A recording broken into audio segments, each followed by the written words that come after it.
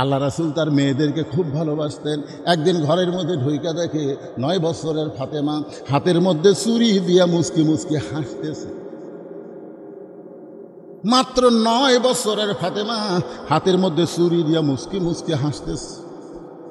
আল্লাহ রাসূল আর ঘরের মধ্যে ঢুকলেন না, নবী ঘর থেকে বাইরে আসলেন। ফাতেমা চমকে গেল, যে বাবা ঘরের মধ্যে ঢুকে আমাকে মা মা বলে আদর করে, আজকে সেই বাবা কেন ঘরের মধ্যে ঢুকলো না?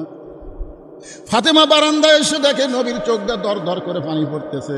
ফাতেমা বলে, বাবা কি দুঃখ আপনার মনে, আপনি কেন কাঁদতেছেন? রাসূল বলে, ফাতেমা, যে দুনিয়াতে সাজবে মা, আল্লাহ তার আখিরাতের শ্বাস কমায়া দিবে। বলার সঙ্গে সঙ্গে ফাতেমা হাতের ছুরি খুলে মাটি ফাইলা দিলেন। নবী দৌড়ে গিয়া ওই ছুরি 2টা করে আমার পকেটের মধ্যে ঢুকাই দিলেন। ফাতেমা বলে, বাবা, যেই ছুরি হাতে দেওয়ার কারণে আপনি বারান্দায় কাঁদতেছেন, আমি সেই ছুরি ফাইলা দিলাম, আপনি কেন পকেটের মধ্যে ঢুকাইলেন? নবী বললেন, ফাতেমা, এই ছুরি আমি যত্ন করে রাখবো মা, একদিন তোর নাকে নাকের ফুল পরায় দিব, একদিন তোর কানে কানের দুল পরায় দিব, একদিন তোর গলাত মালা পরায় দিব। ফাতেমা বলতেছে, কবে কবে? আল্লাহ রাসূল বললেন, যেদিন তোমার বিবাহ হবে। ও ফাতেমা, মেয়েরা কেবলমাত্র একজন ব্যক্তির জন্য সাজতে পারবে, সেই ব্যক্তি হলো তার স্বামী। স্বামী ছাড়া অন্য কোনো পুরুষের জন্যে নারীরা সাজতে পারবে না। তাহলে আপনার মেয়েকে বুঝাতে হবে, মা, তুমি পর্দার মধ্যে থাকো, তোমাকে যখন বিয়ে দেব ওই স্বামীর জন্য তুমি হাই হিল পরবা, কিলকিল করবা, কিন্তু স্বামী ছাড়া অন্য কারোর জন্যে তোমার চেহারা দেখানো যাবে না। ফাতেমা, তুমি কি মনে করেছো তোমার বাবা বিশ্বনবী বলে তুমি জান্নাতি? কখনো মনে করো না মা, বিশ্বনবীর মেয়ে বলে আল্লাহ তোমাকে জান্নাত দেবে। জান্নাতে যদি যাবার চাও তাহলে জান্নাতের আমল করে তোমাকে জান্নাতে যাইতে হবে। ফাতেমা বলে, বাবা, জান্নাতে যাওয়ার কি আমল করা লাগবে? রাসূল বললেন, মাত্র 4টা আমল করবা। 1 নম্বর আমল হলো 5 ওয়াক্ত নামাজ পড়বা। 2 নম্বর আমল হলো রমজান মাসে বছরে 1 মাস রোজা রাখবা। 3 নম্বর আমল হলো স্বামীর কথা মতো চলবা। আর 4 নম্বর আমল হলো সতীত্বের হেফাজত, পর্দা করবা। এই 4টি আমল যদি করতে পারো মা, আল্লাহ খুশি হয়ে 8টা জান্নাতের দরজা খুলে দিবে। ওসমান গনি মুসকে মুসকে হেসে বললেন, ভাইজান, কোনোদিন আপনাকে সামনে কাতারে দেখি নাই তো আজকে দেখতেছি, এই জন্যই 3বার তাকাতে ভাই। রাখাল বলতেছে, আমি বারান্দার নামাজ পড়ি, আমার সামনে কাতারে আসার দরকার কি? কিন্তু আজকে আসছি খালি দেখার জন্য। দেখা হয়ে গেলে এই কষ্ট করে বারান্দা ছাড়ে, আরামের জায়গা ছাড়ে এই সামনে আসবো, খালি আজকে দেখাটা হয়ে যাক, চলে যান। ওসমান গনি বলতেছে, আপনি আজকে আসে আজকেই দেখবেন, সেই গ্যারান্টি আপনাকে কে দিল? আজ কয়েক বছর হলে সামনে কাতারে নামাজ পড়ি, এখন পর্যন্ত আমার দেখা হলো না, আর আপনি আজকে এসেই দেখবেন, এই গ্যারান্টি কে দিল? রাখাল বলে, আমার চোখের পাওয়ার ভালো, আমি অনেক দূর পর্যন্ত দেখতে পাই, আর এটি থেকে দেখা পাবো না। ওসমান গনি বলে, ভাইজান, আজ কয়েক বছর হলে সামনে কাতারে নামাজ পড়ি, এখন পর্যন্ত দেখতে পাই না। রাখাল দেখতে চাই হযরত ওমরকে, আর ওসমান গনি দেখতে চাই নামাজের মালিক আল্লাহকে। আল্লাহ রাসূল বলেছেন, কিতাবুল ইহসান, বুখারী শরীফ, 1ম খণ্ডে, আনতা আবুদুল্লাহ কাআন্নাকা তারাহু ফাইন লাম তাকুন তারাহু ফাইন্নাহু ইয়ারাকা। জোরে করে আল্লাহু আকবার। কেউ যদি আল্লাহর ইবাদতের মধ্যে শামিল হয়, ইবাদতের মালিক আল্লাহকে দেখতে পাবে। যদি দেখা সম্ভব না হয়, আল্লাহ তাকে দেখতেছে, এই বিশ্বাস তার কলিজার মধ্যে আসবে। ওসমান গনি বলে, ভাইজান, কয়েক বছর হলে সামনে কাতারে নামাজ পড়ি, এখন পর্যন্ত দেখবার পাই না। রাখাল বলতেছে, তাহলে তুমি আমার হাত ধরো। রাখাল বলতেছে, তাহলে তুমি আমার হাত ধরো, আমি নিজেও দেখব এবং তোমাকেও দেখায় দেব। সুবহানাল্লাহ বলেন। দেখেন কত বড় কথা, তুমি আমার হাত ধরো, আমি নিজেও দেখব এবং তোমাকেও দেখায় দিব। এমন সময় আল্লাহর কোরআন ওসমান গনির সামনে এসে বলতেছে, ইয়া আইয়ুহাল্লাযীনা আমানুত্তাকুল্লাহা ওয়া কুনু মা'আস সাদিকিন। আয়াতের বাংলা অর্থ জানেন? আল্লাহ বলতেছেন, যারা আমাকে বিশ্বাস স্থাপন করেছো, আল্লাহর ভয় যদি কলিজার মধ্যে রাখতে চাও, তাহলে সত্যবাদীদের সাথী হও। আপনার বলেন তো, এই বাংলাদেশে যারা কোরআন নিয়ে আন্দোলন করে, কোরআনের হক কথা বলে, তারা সত্যবাদী না মিথ্যাবাদী? তাহলে কার সাথে হওয়া লাগবে? এখানে বলতেছে, অকুনু মা আস-সাদিকিন, তোমরা সত্যবাদীর সাথে হও। ওসমান গনি চিন্তা করতেছে নিজের যোগ্যতায় দেখবার পাইনি, কিন্তু আজকে এমন একজন পাচ্ছি সে নিজেও দেখবে এবং আমাকেও দেখাবে, এই জন্য হাতটাও ধরিছে ভাই সেইভাবে। কিছুক্ষণ পর যখন নামাজের সময় হয়ে গেছে, নামাজের সময় মানে জামাতের সময়, নামাজের সময় মানে কি, কিছুক্ষণ পর যখন জামাতের সময় হয়েছে, এমন সময় মুয়াজ্জিন আকামত দেওয়া শুরু করেছে। মুয়াজ্জিন যখন আকামত দেয়, সঙ্গে সঙ্গে ওমর ফারুক মসজিদের মেহরাবের মধ্যে ঢুকতেছে। এখন আপনারা চিন্তা করেন, ওমর ফারুক যে মসজিদের মেহরাবের মধ্যে ঢুকলো, এটা কি মসজিদের দরজা দিয়ে ঢুকলো? দরজা দিয়ে ঢুকে নাই, কারণ কোরআনের আইন যখন চালু হবে, প্রত্যেকটা ইমাম মানে একটা এলাকার নেতা হবে। যত বড় মসজিদ সে তত বড় নেতা হবে। ধরে কোন সুবহানাল্লাহ। এই জন্যে ওই মেহরাবের সাইডে একটা ঘর করা হবে, ওই ঘরের মধ্যে ইমাম সাহেব অপেক্ষা করবে। ওমর ফারুক বললেন, রাখাল, আমার পরিচয় হলো আমি একজন মুসলমান। রাখাল মুস্কি মুস্কি হাসি আর বলে, আসল না নকল? ওমর ফারুক বলতেছে, রাখাল, মুসলমান তো মুসলমানই, এখানে ওর আসল নকল কি? রাখাল বলতেছে, আসল মুসলমান যারা হবে তারা চাওয়ার ব্যাপারে সতর্ক থাকবে। আসল মুসলমান যাত্রার কাছে চাবে না, দরকার হলে ফাঁসির মঞ্চে যাবে, কিন্তু রাষ্ট্রপতির কাছে প্রাণ ভিক্ষা চাবে না। ধরে কোন কথা ঠিক না? দরকার হলে ফাঁসির মঞ্চে যাবে। এরকম কিছু মুসলমান আমরা বাংলাদেশে দেখছি হাসিনার সময়। ধরে কোন কথা ঠিক না? রাষ্ট্রপতির পক্ষ থেকে একটা ক্ষমা ঘোষণা, তোমরা দরখাস্ত করো, তোমরা দরখাস্ত করো, রাষ্ট্রপতি যদি দয়া করে মাফ করে তাহলে তোমাদের ফাঁসি হবে না। ফাঁসির আসামি মুচকি মুচকি হাসতেছে। তো মুচকি মুচকি হাসার কারণ, উকিল জিজ্ঞাসা করতেছে, হাসতেছেন কেন? বলে, হাসার কারণ হলো বাংলাদেশে 3টা রাষ্ট্রপতিকে ক্ষমতা থাকা অবস্থায় মরা দেখছি। এই বাংলাদেশে 3টা রাষ্ট্রপতি, তাদের সকলের নামের শেষে আছে রহমান।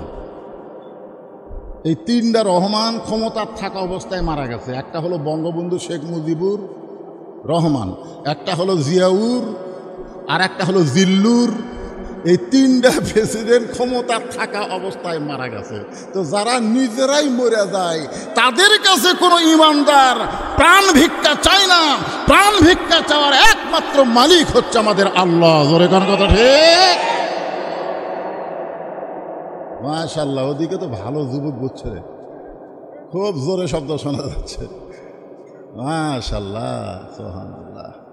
আমরাও প্রত্যেকটা নামাজে সূরা ফাতিহার মধ্যে ওয়াদা করতেছি, ইয়াকা নাবুদু ওয়া ইয়াকা নাস্তাইন। আমরা গোলামি করি কার? তাহলে সাহায্য চাবো কার কাছে? রাখাল বললেন, পথিক, তুমি যদি আসল মুসলমান হও তাহলে তুমি দুধ চাইলা কার কাছে? সঙ্গে সঙ্গে উমরের চোখ দিয়ে দর দর করে পানি পড়তেছে। আল্লাহ, তোমার কোরআন যখন সমাজের মধ্যে চালু থাকবে, উমর যদি কোনো ভুল করে একটা রাখাল পর্যন্ত ভুলটা ধরতে পারবে।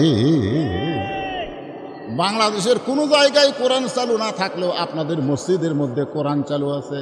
ইমাম সাহেব যদি 4 রাকাত নামাজে 3 রাকাতে বসে, একটা ভ্যানওয়ালা পর্যন্ত ভুল ধরার ক্ষমতা রাখে। জোরে কোন কথা ঠিক কি না? এশার নামাজ কয় রাকাত? 4 রাকাত। ফরজ কয় রাকাত? কথা কয় না। ফরজ কয় রাকাত? ইমাম সাহেব 2 রাকাত নামাজে বসছে, আবার 3 রাকাত বসে গেছে। তো সামনে কাতারে যারা আছে তারা অত খেয়াল করেনি, বুঝলেন? তারা খেয়াল। কিন্তু 3 নম্বর কাতারে একটা অটো ভ্যান চলে, ভ্যানক খালি চাবি দিয়ে থুয়ে নামাজ শুরু করছে। চিন্তা করে, কে রে, এশার নামাজে 2 রাকাতের পরে একটা বৈঠক, 4 রাকাত পরে একটা বৈঠক, ইমাম সাহেব 3 রাকাত পরে বসলো কেন? আল্লাহু আকবার। যেই মাত্র আল্লাহু আকবার কইছে, ইমাম কাঁদতে কাঁদতে খাড়া হচ্ছে। ইমাম যদি মনে মনে কয়, এতদিন 4 রাকাত পড়াছি, আজ থেকে 3 রাকাত যদি বসমো, যতই চেষ্টা কর আমি উঠবো না। আপনারা বলেন তো, ইমাম যদি স্বৈরাচার হইয়া হাসিনার মতন জোর করে ক্ষমতা বসে থাকবার চায়, যে তোরা ভোট দে আর না দে, আমি ক্ষমতার থাকার নামও না, এই মনে করে যদি ইমাম সাহেব 3 রাকাত নামাজত বসেই থাকে, ও যদি লোকমা গ্রহণ না করে, মসজিদের মুসল্লি কার পক্ষে যাবে? ইমামের পক্ষে না ভ্যানালার পক্ষে? কারণ মসজিদে ইমামের আইন চলে না, মসজিদে চলে আইন কার? আরো জোরে বলেন। শুধু মসজিদ আল্লাহর আইন চললে হবে না, গোটা বাংলাদেশ আমার আল্লাহর। জোরে কোন কথা ঠিক কিনা?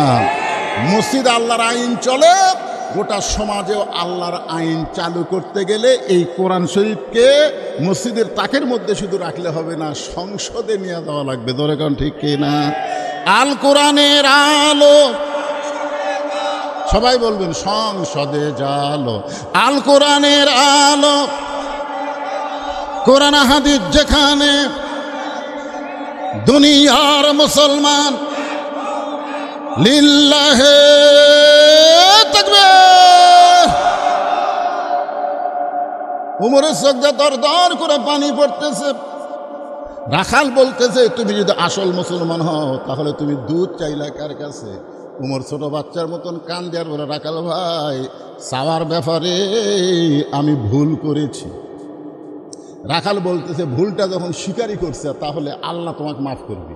আপনার যত বড়ই ভুল করেন, এতদিন হলে নামাজ পড়েননি, এখন যদি ভুল স্বীকার করেন, এতদিন আওয়ামী লীগ করছেন করে দেখলেন যেই দলের প্রধানমন্ত্রীর থেকে শুরু করে একটা ইএমপি পর্যন্ত থাকে না রে, সগলি পলে যায়। না না না, চিন্তা করে দেখেন, যেই দলের প্রধানমন্ত্রীর থেকে শুরু করে একটা ইএমপি মেম্বার পর্যন্ত পলে যায়, সেই দল আর কর্ম না রে, আজ থেকে তওবা করলাম, সেই দল বাদ দিলাম। কি কোন তওবা করার সুযোগ আছে না নাই? আপনি ভুল স্বীকার করেন ভাই, এ আওয়ামী লীগ আর কর্ম না ভাই, আমি ভুল স্বীকার করছি।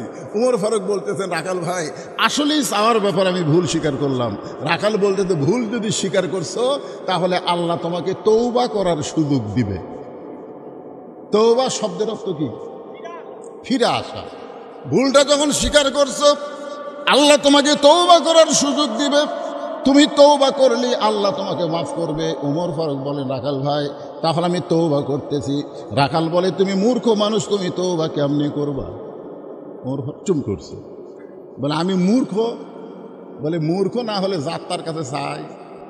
যারা গান গায়, দয়াল বাবার দরবারেতে কেউ ফিরে না খালি হাতে, আপনার বলেন তো এরা শিক্ষিত না মূর্খ? কথা কন, শিক্ষিত না মূর্খ? এরা জাতের মূর্খ। কারণ দয়াল বাবা কিছুই দেবার পারে না। তারা যদি বলতো আমার দয়ার আল্লাহর দরবারেতে কেউ ফিরে না খালি হাতে, আল্লাহ আল্লাহ আল্লাহ, ঠিক আছে না নাই? ধরেন ঠিক আছে নাই, কিন্তু ওরা কি বলতেছে? দয়াল বাবার দরবারেতে কেউ ফিরে না খালি হাতে। এটা কি? হ্যাঁ, তোমার মতন মূর্খ কেউ নাই। আমি তোমাকে তওবা পড়াই, তুমি আমার সঙ্গে তওবা পড়ো। হযরত উমরের চোখ দিয়ে দর দর করে পানি পড়তেছে। আল্লাহ, তোমার কোরআন যখন সমাজের মধ্যে চালু থাকবে, উমরের মতন ভুল করলে একটা রাখাল পর্যন্ত তাকে তওবা পড়ানোর সাহস পাবে। এবার রাখাল হযরত উমরকে তওবা পড়াচ্ছেন। যারা মাগরিব এশার নামাজ পড়েন নাই আর যারা নামাজ পড়েছেন, আমরা সকলেই তওবা করব। কারণ যেভাবে নামাজ পড়া দরকার আমরা সেভাবে আদায় করতে পারতেছি না। কারণ বাংলাদেশে নামাজ পড়ার কথা আমরা বলি, কিন্তু নামাজ কায়েমের কথা আমরা বলতে পারি না। কারণ সারা জীবন নামাজ পড়বেন, নামাজ কায়েম করবেন না। অথচ গোটা কোরআনের মধ্যে আল্লাহ বলেছেন, ওয়াকিমুস সালাত, নামাজ কায়েম করো। কোনো জায়গায় নামাজ পড়ার কথা আল্লাহ বলে নাই, নামাজ কায়েম করার কথা আল্লাহ বলেছেন। এই জন্য যারা পড়েন নাই তারাও তো একটা অপরাধ করেছে, আর যারা পড়েছে তারাও যেভাবে কায়েম করা দরকার সেটা পারি নাই বলে আমরা সম্মিলিতভাবে সকলে আল্লাহর কাছে তওবা করতেছি। সকলে আমার সঙ্গে পড়েন, আস্তাগফিরুল্লাহ। পড়েন বাবা, সকলে পড়েন। তওবা পড়লে কোনো সমস্যা আছে? তাহলে জবান খুলে সবাই পড়েন, আস্তাগফিরুল্লাহ রব্বি মিন কুল্লি জামবিউ ওয়া তুবু ইলাইহি লা হাওলা। পড়েন, লা হাওলা ওয়ালা কুওয়াতা ইল্লা বিল্লাহিল আলিয়্যিল আযীম। ওমর ফারুক তওবা করার পরে বলতেছে, ও রাখাল ভাই, আল্লাহর হস্তে উটের এক পেয়ালা দুধ দাও, যেই দুধটা পান করে আমি ক্ষুধা তৃষ্ণা নিবারণ করতে চাই। রাখাল মুস্কি মুস্কি হাসে। ওমর ফারুক বলে, আবার হাসার কারণ কি? রাখাল বলতেছে, তওবা করার পরে তুমি আবার মুনাফিকি করলে। আপনারা বলেন তো, কাফের আর মুনাফিক এই দুটার মধ্যে কোনটা খারাপ? কারণ কাফের জাহান্নামের উপরে থাকবে আর মুনাফিক থাকবে জাহান্নামের তলে, একেবারে তলার যাবে। কাফের বেঈমানের যে পেশাব পায়খানা করবে, মুনাফিকেরা তলে থাকে সেই পেশাব পায়খানা খাবে। সাহাবেরা বললেন, ইয়া রাসূলুল্লাহ, এই বদমাইশ মুনাফিকেরা কোন দলের মধ্যে হবে? আল্লাহ রাসূল যখন চোখের পানি বের করে কাঁদতেছেন, 3 বার নবী কাঁদলেন। সাহাবেরা বললেন, হুজুর, এই বদমাইশ মুনাফিকেরা কোন দল থেকে বের হবে? আল্লাহ রাসূল বললেন, ইহুদির মধ্যে কোনো মুনাফিক নাই, কাফেরের মধ্যে কোনো মুনাফিক নাই, হিন্দুর মধ্যে কোনো মুনাফিক নাই। মুনাফিকের আবাদ হবে মুসলমানের ভিতরে। চিন্তা করছেন? আরে আমাদের ভিতরে এই মুনাফিকের আবাদ হচ্ছে। যারা বাংলাদেশে মানুষের আইন চায়, আল্লাহর কোরআনের আইন চায় না। এই যে আব্দুল্লাহ ইবনে উবাইয়ের গল্প শুনলেন না? কি বলল? নবীর পাশে 5 ওয়াক্ত নামাজ পড়ছে, রোজা করছে, দান করছে, এরপরও জাহান্নামের তলদেশে তার জায়গা হবে। কারণ নবীকে সে নবী মানছে, কিন্তু নেতা মানে নাই। নবীকে নবী মানছে, নবীর প্রতি দরুদ পড়ি, নবীরে সালাম করি মসজিদের ভিতরে, কিন্তু নবীর সমাজ গড়ার কাজে যাদের দ্বন্দ্ব মনে বাজে তারাই হলো মুনাফিক। ওমর ফারুক চক্ষু লাল করে বলতেছে, রাখাল, তুমি আমাকে মুনাফিক বলার সাহস কেমনে পাইলা? রাখাল বলতেছে, এত রাগ করো কেন? রাখালকে আর হযরত উমরকে চিনে নাকি? চিনে না, যার কারণে বলতেছে, মিয়া এত রাগ করো কেন? আল্লাহ কোরআনে বলেছেন, লিমা তাকুলু মা লা তাফআলুন। আল্লাহু আকবার। তুমি সত্যি করে দেখো তো তোমার মুখের সাথে মনের মিল আছে? রাখাল হযরত উমরকে বলতেছে, তুমি একটু খেয়াল করে দেখো তো তোমার মুখের সাথে মনের মিল আছে? একটু খেয়াল করে দেখো। তুমি যখন আমাকে রাখাল বললে, তোমার মন ভাবতেছে আমি হলাম রাখাল, আমি উটের মালিক না। উটের মালিক যদি আমাকে বিশ্বাস করতে, তাহলে তুমি আমাকে রাখাল বলতে না। যখন আমাকে রাখাল বলেছ, তখন তোমার মন বলতেছে আমি উটের মালিক না। আর মালিক বাদ দিয়ে কেউ যদি রাখালের কাছে আল্লাহর হস্তেও চায়, রাখাল দিবার পারবে না। অনেকে বলে না, হুজুর আমার কোনো টেনশন নাই, হুজুর আমি পীর ধরছি, হুজুর পীর ধরছে, রাখাল ধরছে। ধরে কারণ কি ধরছে? হ্যাঁ, আমাকে একজন ধরছিল, হাতের মধ্যে এসে 100 টাকা দিয়ে কয়, হুজুর দোয়া করেন। চকচকা টাকা পরে থুয়া বলি, কি দোয়া বাবা? বলে, হুজুর আমার বইয়ের ঘরে বাচ্চা আছে, আল্লাহ যেন একটা পুত্র দেয়। আমি তখন পকেটে 200 টাকা বের করে দিয়ে দিলেন। কয়, হুজুর আমি তো টাকা চাইনি, আমি দোয়া চাইছি। আমি বললাম, পাগলা, তুই যাক ধরছু, সে নিজেই 3টা মেয়ের বাপ। সে নিজেই 3টা মেয়ের বাপ। তার দোয়া দিয়ে যদি বেটা সওয়াল হতো, তাহলে আল্লাহ তাকে একটা পুত্র সন্তান দিত। এত দোয়া করছি বারে, আমাকে আল্লাহ পুত্র দেয়নি, তা আমার কাছে আবার তোর বইয়ের জন্য দোয়ালি বেড়াচ্ছ। তখন বলতে যে, হুজুর তাহলে আপনি টাকা আপনি নেন, আমার নামাজ দেন। এই টাকা অ্যাকচুয়ালি দৌড় মারতে জিজ্ঞেস করলাম, কোথায় যাবি? বলে, ওই হুজুরের কাছে যাবো, তার বেটা সওয়াল আছে। আমি বললাম, কোনো হুজুরের কাছে না, কোনো পীরের কাছে না, কোনো বাবার কাছে না, কোনো মাজারে না। পাবার যদি চাও, একানিষ্ঠভাবে দিবার পারে যিনি, তার কাছে চাও। ধরে কার কথা ঠিক কিনা?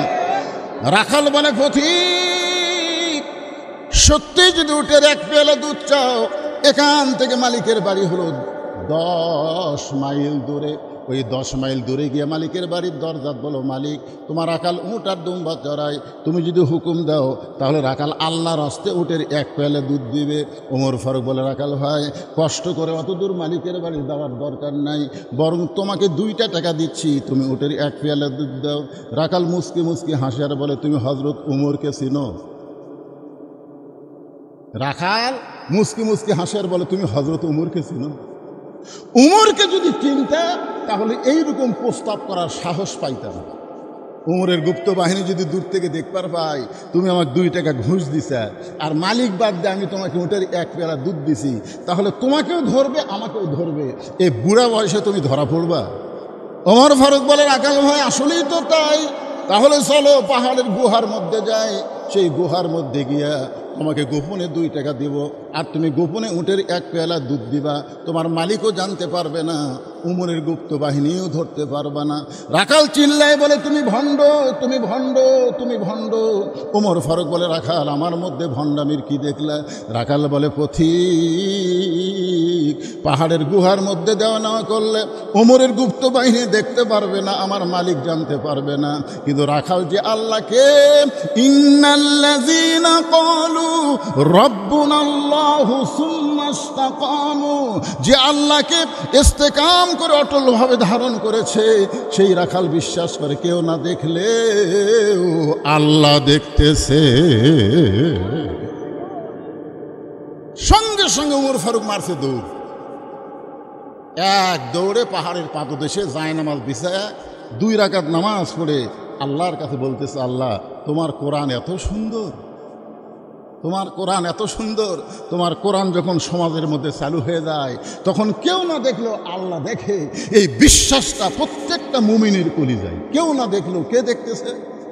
আজকে আমাদের ছেলেদের হাতে যত দামি মোবাইল থাক, যত দামি মোবাইল থাক, স্ক্রিন টাচ মোবাইল আপনার ছেলের হাতে আছে। যখন দরজা জানলা বন্ধ হয়ে যায়, রাত যখন গভীর হয়, তখন মনে করে বাপ মাও তো ঘুমিয়ে গেছে, দরজা জানলা সব বন্ধ, এই সুযোগে আমি দেখি রে, এই সুযোগে আমি দেখি, কেউ দেখতে পাচ্ছে না তো। কিন্তু আল্লাহর কোরআন যখন চালু হবে তখন কেউ না দেখলেও আল্লাহ দেখতেছে, এই বিশ্বাস তার কলিজায় আসবে। তার কাছে মোবাইল থাকবে, তার কাছে সব কিছু থাকবে, যেটা বৈধ সেটা করবে, যেটা হারাম সেটা করবে না। মা আতাকুমুর রাসূলু ফাখুযুহু ওয়া মা নাহাকুম আনহু ফান্তাহু। জোরে কোন ঠিক কি না? ওমর ফারুক পাহাড়ের পাদদেশে 2 রাকাত নামাজ পড়ে আল্লাহর কাছে শুকরিয়া করতেছে, আল্লাহ তোমার কোরআন এত সুন্দর। আজকে রাখালকে দেখি নাই, রাখালের ভিতরে আল্লাহ তোমার কোরআন দেখতে পাই। আল্লাহ তোমার কোরআন এত সুন্দর, তোমার কোরআন যখন চালু থাকে দুনিয়ায় কেউ না দেখলেও আল্লাহ দেখতেছে। এই বিশ্বাস রাখালের কলিজা। রাখাল ওমর ফারুকের পিছনে এসে বলতেছে, পথিক যতই কান্দ উটের দুধ আমি দিবার পারলাম না। ভাই মনোযোগ দিয়ে শুনবেন, যতই কান্দ উটের দুধ দিবার পারলাম না। ওমর ফারুক বললেন, রাখাল ভাই উটের দুধের দরকার আমার নাই, উটের দুধের দরকার আমার নাই। আমি শুধু তোমার কাছে জানতে চাই, তুমি না দেখা আল্লাহকে কলিজার মধ্যে জায়গা দিয়া তুমি যে আল্লাহর কোরআন অনুযায়ী চলতেছো, এর বিনিময়ে তোমার চাহিদা কি? আপনারা বলেন তো, যে বাংলাদেশে আল্লাহর কোরআন চালু হোক, আর কোরআন চালু করতে গিয়া এই হাসিনার সময় যারা কোরআনের পক্ষে ছিল, কোরআনের আন্দোলন করেছে, তাদের অধিকাংশকে জেলের মধ্যে ঢুকাইছে। কোরআনের আন্দোলন যারা করেছে, বাংলাদেশে যারা কোরআনে আল্লাহর আইন চায়, তাদেরকে ঘর থেকে বার হবার দেয়নি। সুন্দর বাড়িতেও তারা থাকতে পারে না, আলুর বাগুড়ির মধ্যে ঘুম পাড়ছে। জোরে কোন কথা ঠিক করে কথা বলেন। এখন চিন্তা করে দেখেন, উমর ফারুক বলতেছে, রাখাল ভাই ওই না দেখা আল্লাহকে কলিজার মধ্যে জায়গা দিয়া আল্লাহর কোরআন অনুযায়ী তুমি চলতেছো, এর বিনিময়ে তোমার চাহিদা কি? তুমি কি চাও? কারণ তোমার তো ভালো চাকরি নাই, তুমি রোদের মধ্যে উঠ দুম্বার রাখালি করো, তোমার একটা ভালো বাড়ি নাই, তোমার ভালো খাওয়া নাই, এরপরেও তুমি আল্লাহর আইন কোরআন মানতেছো, এর বিনিময়ে তোমার চাহিদা কি? সঙ্গে সঙ্গে রাখাল আল্লাহর কোরআন থেকে তেলাওয়াত করলেন, রব্বানা, সকলে পড়েন, রব্বানা আতিনা ফিদ দুনিয়া হাসানাতাও ওয়া ফিল আখিরাতি হাসানা ওয়া কিনা আযাবান্নার। ওমর ফারুক বললেন, রাখাল আমি তোমার চাহিদার কথা শুনতে চাইলাম, আর তুমি আল্লাহর কোরআনের আয়াত শুনালে। রাখাল বলে, তুমি আসলেই মূর্খ। রাসূল বলেছে, আমার পরে কেউ যদি নবী হতো, লাউ কানা উমর, আল্লাহ উমরকে নবী বানাই দিত। আর সেই উমরকে রাখাল বলতে, তুমি আসলেই মূর্খ। আরে মিয়া, এই আয়াত দিয়ে আমি 2টা জিনিস চাইছি, আমার চাহিদা হলো 2টা। একটা হলো রব্বানা আতিনা ফিদ দুনিয়া হাসানা, আর একটা হলো অফিল আখিরাতে হাসানা। দুনিয়ার সৌন্দর্য হলো মহামানব হযরত উমরকে আমি এক নজর দেখতে চাই, যে উমর আল্লাহর কোরআনের আইন চালু করার কারণে আমার মতন রাখাল না দেখা আল্লাহকে কলিজার মধ্যে জায়গা দিবার পারছে। সেই হযরত উমরকে যদি খালি একটা বার জীবনে, খালি একটা বার যদি দেখতে পাইতাম, ভাই আমার দুনিয়ার আশা আল্লাহ পুরা করত। আমার 2 নম্বর আশা হলো, আমি রাখাল যখন মরে যাব, অধম রাখালকে আল্লাহ যেন জান্নাত দেয়। সঙ্গে সঙ্গে হয়তো ওমর দৌড়ে এসে রাখালের হাতটা এরকম খফ করে ধরছে, ধরেই 3টা চুমা খাবে। কয়টা চুমা? 3টা চুমা খায় বলতেছে, তোমার 2 নম্বর চাহিদা আল্লাহ পুরা করছে। 2 নম্বর চাহিদা কি? 2 নম্বর চাহিদা বুঝতেছেন না? আমি মরার পরে আল্লাহ যেন কি দেয়? জান্নাত দেয়। উমর ফারুক বললেন, তোমার 2 নম্বর চাহিদা আল্লাহ পুরা করছে। কারণ সুম্মাস্তাকামু তাতানাজ্জালু আলাইহিমুল মালাইকা আল্লা তাখাফু ওয়ালা তাহজানু ওয়া আবশিরু বিল জান্নাতিল্লাতী কুনতুম তুআদুন। তোমার কোনো ভয় নাই, তোমার কোনো চিন্তা নাই, মরার সঙ্গে সঙ্গে 8টা জান্নাত তোমাকে বরণ করে নিবে। আপনারা সবাই সুবহানাল্লাহ কইলেন, কিন্তু রাখাল সুবহানাল্লাহ পায় না। উমর ফারুক বলতেছে, রাখাল তোমার 2 নম্বর চাহিদা আল্লাহ পুরা করছে, মরার সাথে সাথে আল্লাহ তোমাকে জান্নাত দিয়ে দিবে। রাখাল সুবহানাল্লাহ কয় না। উমর ফারুক বলে, এই রাখাল, এই মরার সঙ্গে সঙ্গে আল্লাহ তোমাকে জান্নাত দেবে, তুমি সুবহানাল্লাহ কও না কেন? রাখাল বলতেছে, মরার পরে আল্লাহ আমাকে জান্নাত দেবে, এটা হলো বাকি কথা। আর হযরত উমরকে দেখা, এটা হলো লগত কথা। আমার দুনিয়ার চাহিদাই পুরা হয়নি, মরার পরে আমি জান্নাত পাবো, সেইটা নিয়ে আমার এত আনন্দ নাই। কারণ আমার চাহিদাই হলো 2টা। 1 নম্বর চাহিদা হলো হযরত উমরকে আমি 1 নজর দেখব, 2 নম্বর চাহিদা হলো মরার পরে জান্নাতে যাব। তাহলে নগরটাই আমার এখন পূর্ণ হয়নি। হযরত উমরকে যতদিন না দেখব ততক্ষণ পর্যন্ত জান্নাতের ধান্দা আমার নাই।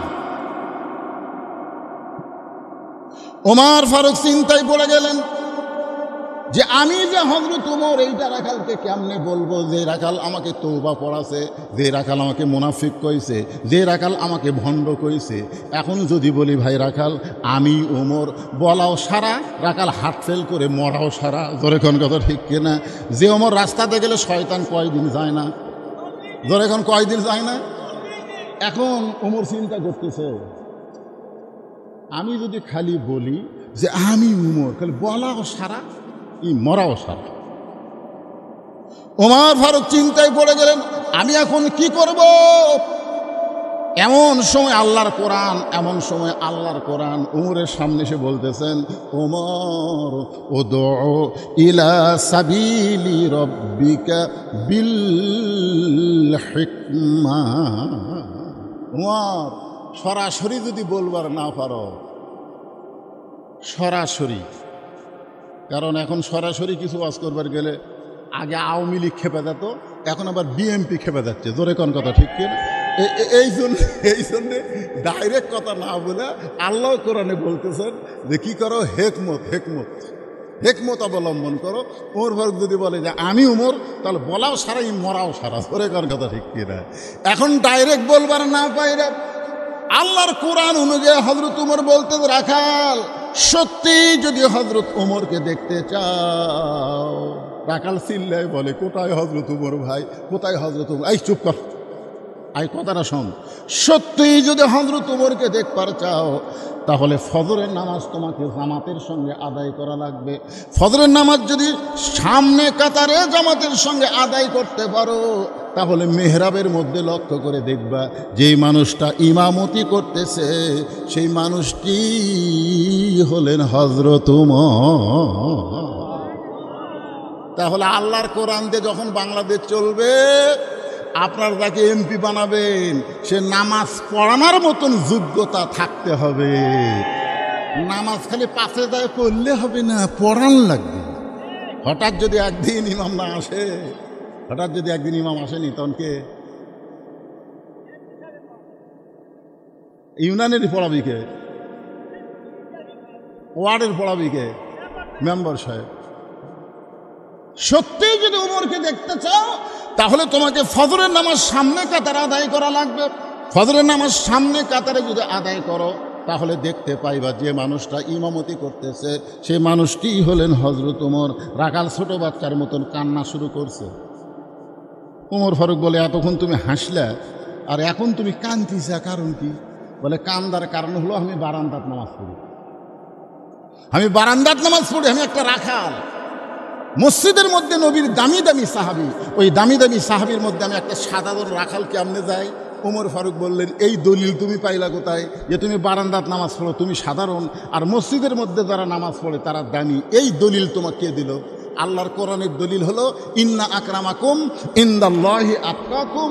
ওই ব্যক্তি সবচাইতে দামি হয় যার কলিজার মধ্যে আল্লাহর বেশি ভয়। বক্তা সিয়ারত বসে ওয়াজ করতেছে, বক্তা জান্নাতে যাবে, আর আপনারা মাটির বসে ওয়াজ শুনতেছেন আপনারা জাহান্নামে যাবেন, তা না। অনেক বক্তাকে আল্লাহ জাহান্নাম দেবে, অনেক শ্রোতাকে আল্লাহ তাআলা জান্নাত দিয়ে দিবে। জান্নাত জাহান্নাম হবে তাকওয়ার ভিত্তিতে। জোরে কান কিসের ভিত্তিতে? তাকওয়া। তাকওয়া, তাকওয়া বোঝেন? আল্লাহর ভয়। ইন্না আকরামাকুম ইনদাল্লাহি আতকাকুম। ওই ব্যক্তি সবচাইতে সম্মানিত যার কলিজার মধ্যে আল্লাহর বেশি ভয়। ওমর ফারুক বললেন, রাখাল তুমি বারান্দায় নামাজ পড়ো, তুমি কম দামি, আর ভিতরে যারা নামাজ পড়ে তারা বেশি দামি। এই বুঝটা তোমার কে দিল? বরং সত্যিই যদি ওমরকে দেখতে চাও তাহলে ফজরের নামাজ তোমাকে সামনে কাতারে আদায় করা লাগবে। রাখাল বলতেছে, তাহলে আজকে এশার নামাজ পড়ে আমি আর বাড়ির যাব না। ওমর ফারুক বললেন, এশার নামাজ পড়ে বাড়ির যাব না কেন? বলে, এশার নামাজ পড়ে যদি বাড়ির যাই তাহলে ফজরের নামাজ সামনে কাতারে কেমনে ধরবো?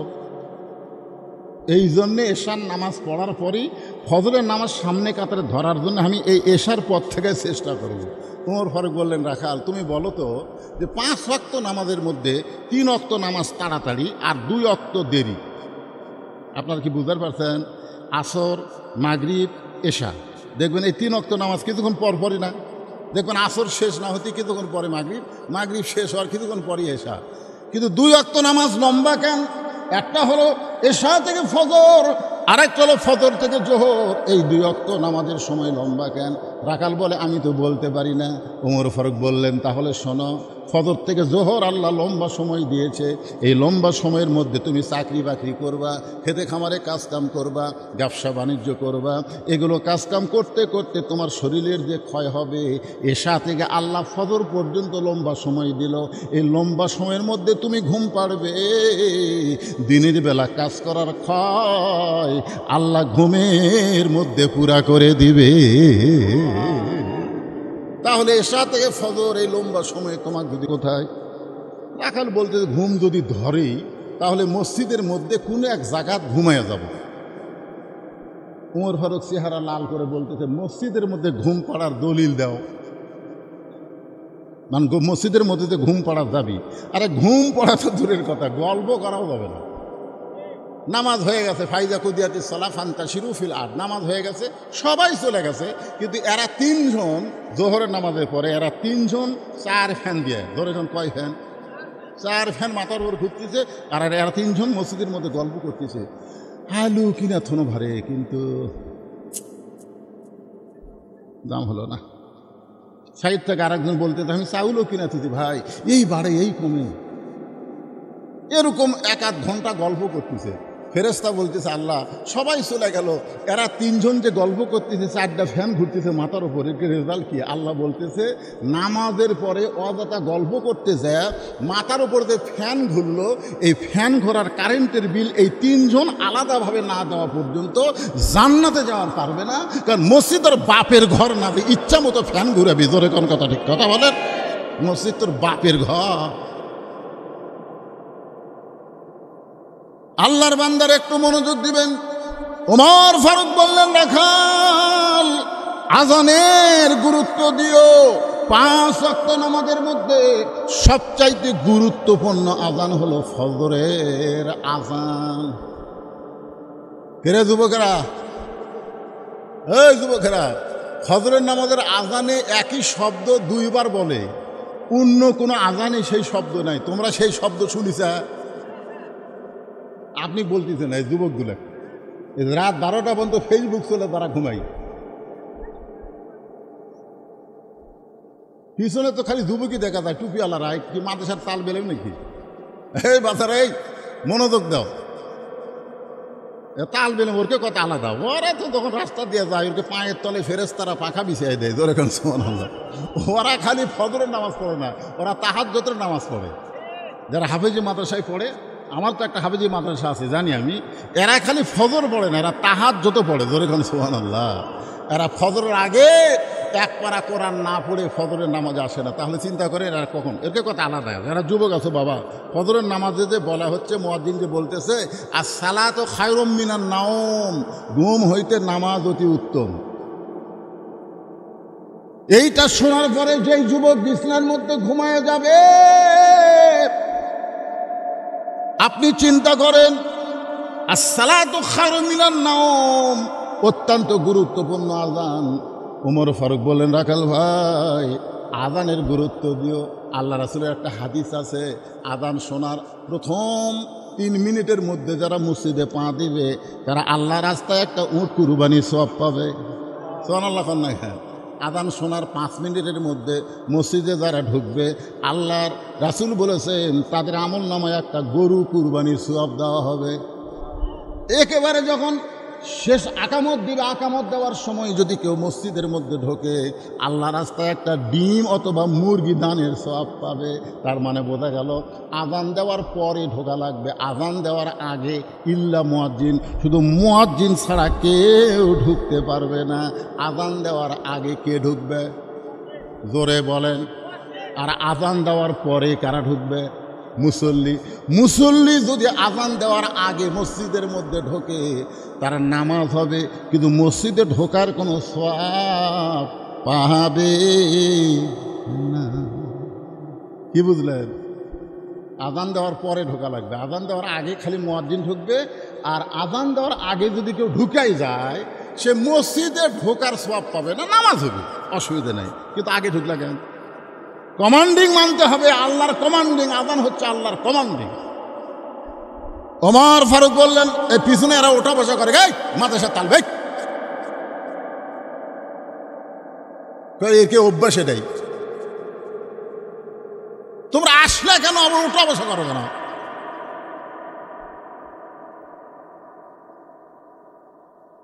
তোমাকে এত প্রশংসা করতেছি, তারপরও এই মাদ্রাসার ছাত্র কয়েকজন খাড়া হতো দেখি, খাড়া হও, সব কটা খাড়া হও, যাও তোমাকে ওয়াজ শোনা শেষ, এখন যাও যাও যাও যাও যাও যাও যাও, না চলে যাক, এরকে ওয়াজ শোনা লাগবে না। এরা যে ওয়াজের সাথে লাগে আছে আরো এলে ওয়াজ। ইযা যুকিরাল্লাহু ওয়াজিলাত কুলুবুহুম ওয়া ইযা তুলিয়াত আলাইহিম আয়াতুহু জাদাতুহুম ঈমানা ওয়া আলা রাব্বিহিম ইয়াতাওয়াক্কালুন। এরা সব সময় আল্লাহর কোরআন পড়তেছে আর ঝুঁকতেছে। আল্লাহর কোরআনের হাফেজ আলেম হিসেবে আল্লাহ এদের কবুল করুক। জোরে করে আমিন, জোরে বলে আল্লাহুম্মা আমিন। এদের এই রাত জেগে ওয়াজ শোনা লাগবে না তো। যদি আগামীকাল শুক্রবার হতো তাহলে বলতাম থাক, কিন্তু আগামীকাল যে বৃহস্পতিবার পড়া লাগবে না। আর কেউ আছে নাকি? কে বাবা তোমরা দাঁড়িয়ে আসো কেন? বসা যাচ্ছে না বাজান? আজকের মাহফিলে কোনো আদায় নাই, কোনো কিছু নাই, খালি ওয়াজ। আমার ছোট ভাই আব্দুল মুমিন আমার অত্যন্ত মহব্বতের, ও আমাকে বলতেছিল যে একটা ছোটোখাটো একটা মাহফিল মিলাদ মাহফিলের মতন করবো, কিন্তু আয়সা দেখতেছি বিশাল মাহফিল। এই অল্প দিন, কয়েকদিন আগে থেকে দাওয়াত দিয়ে আছে, 24 তারিখ আমার অন্য জায়গায় মাহফিল ছিল, ওরা করবি না, ওই পানি উঠছে, আমি এই তারিখ দিয়ে দিলাম, বিশাল মাহফিল। বাবা তোমরা দাঁড়িয়ে আসো, শোনার ময়না না, বসো বাবা, বসো বসো। আরে বাবা বসলে লাভ রে, দাঁড়িয়ে থাকলে কোনো লাভ নাই পাগলা। আবু জেহেল দাঁড়িয়ে থাকা ওয়াজ শুনছে, বসেনি, আবু বকর বসিছে, হেদাত পাচ্ছে, আর দাঁড়িয়ে থাকা শুনছে ওই হেদাত পায়নি। হ্যাঁ, যাদের মন চাই না চলে যান, অসুবিধা নেই, এটা তা আদায় নাই যে লোক কমে গেলে আমাকে কালেকশন কম হবে, কি কোনো ক্ষতি নাই। মন চায় না জানো না, আজকে কিছু মার দিয়ে চলে দেওয়া লাগবে, জোরে কোন কথা ঠিক কিনা ভাই জান? হ্যাঁ, কিন্তু মার দেওয়া লাগবে না। লিল্লাহে তাকবীর। এতদিন রাখাল নামাজ পড়তো বারান্দায়, কিন্তু আজকে নামাজ পড়বে সামনে কাতারে। আপনারা বলেন তো, এতদিন রাখাল নামাজ পড়তো কোন জায়গায়? হ্যাঁ, হুয়া করা লাগবে, আজকে নামাজ পড়বে সামনে কাতারে। যেই মাত্র মুয়াজ্জিন আজান দিয়েছে, যেই মাত্র মুয়াজ্জিন ফজরে আজান দিয়েছে, এতদিন রাখাল ধীরে ধীরে যাইতো, কারণ বারান্দায় নামাজ পড়ে যারা, জোরে জোরে আসে না তারা। আপনারা খেয়াল করে দেখবেন, অনেক মুসল্লি আগে আসে বেড়া ঘরে। আমি কইলাম কে ভাই, আপনি কখন আসছেন? অনেক আগে আসছি হুজুর। ভিতরে চলেন। না না, ভিতরে গেলে কেরকিত পড়ব। ভিতরে গেলে বলে কেরকিত পড়বি, মানে নামাজ শেষ করে কতগুলো সুন্নতের নিয়ত করে, এখন ওই বাড়াবি কোন দিক দিয়ে? এই জন্য আমাদের কাম হলো হুজুর শেষে ঢুকমো, আগে বাড়ানো।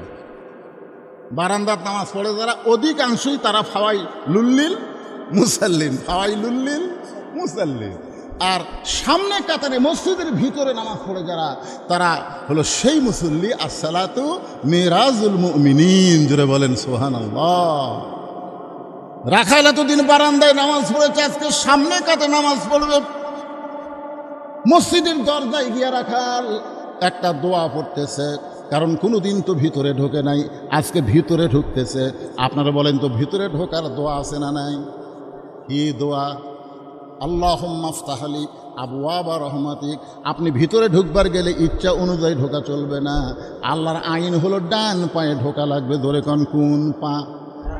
ডান পায়ে ঢুকতে হবে, কারণ ডানপন্থী আপনি মুসলমান। ডান পায়ে ঢুকে আল্লাহুম্মা আফতাহ লি আবওয়াবা রহমাতিক এই দোয়াটা পড়ে রাখাল সামনে কাতার ধরার জন্যে সামনের দিকে যাবার চায়। ঢুকাই সামনের দিকে যখন যাবার চায়, প্রত্যেকটা সাহাবী নড়ে সরে রাখালকে যাওয়ার রাস্তা করে দেয়। রাখাল সামনে কাতারে গিয়ে মনে মনে কয়, আল্লাহ, এতদিন বারান্দার থেকে ভাবলাম কি, আজকে ভিতরে ঢুকে দেখলাম কি? এতদিন বারান্দার থেকে কি ভাবলাম, যারা দামি দামি সাহাবী, আজকে ভিতরে ঢুকে দেখতেছি আমিও যা এরাও তাই, আমিও যা এরাও তাই। এটা ভিতরে না ঢুকলে বোঝার উপায় নাই। আপনি ভিতরে ঢুকে দেখেন, আওয়ামী লীগ, বিএনপি, জাতীয় পার্টি, জামাত, তাবলিগ, পীর মুরিদি, আপনারা ভিতরে ঢুকে কোনোদিন দেখছেন যে এক এক দল এক এক কাতার? কোনোদিন দেখছেন? খালি ভিতরে ঢুকে দেখেন। আমি নিজেই দেখছি, ডান পাশে আওয়ামী লীগ, বাম পাশে বিএনপি, মাঝখানে জামাত, কাতার সোজা করতেছে। ইতিমধ্যে আওয়ামী লীগ বলতে, কে রে ভাই, এখন পর্যন্ত কোনো হুজুর যে ঢুকলো না। আমরা তো কাতার সোজা করতেছি, তো কোনো হুজুর তো ঢুকলো না। তখন বিএনপি বলতেছে, কে জামাত নাই, এই সামনে যাক।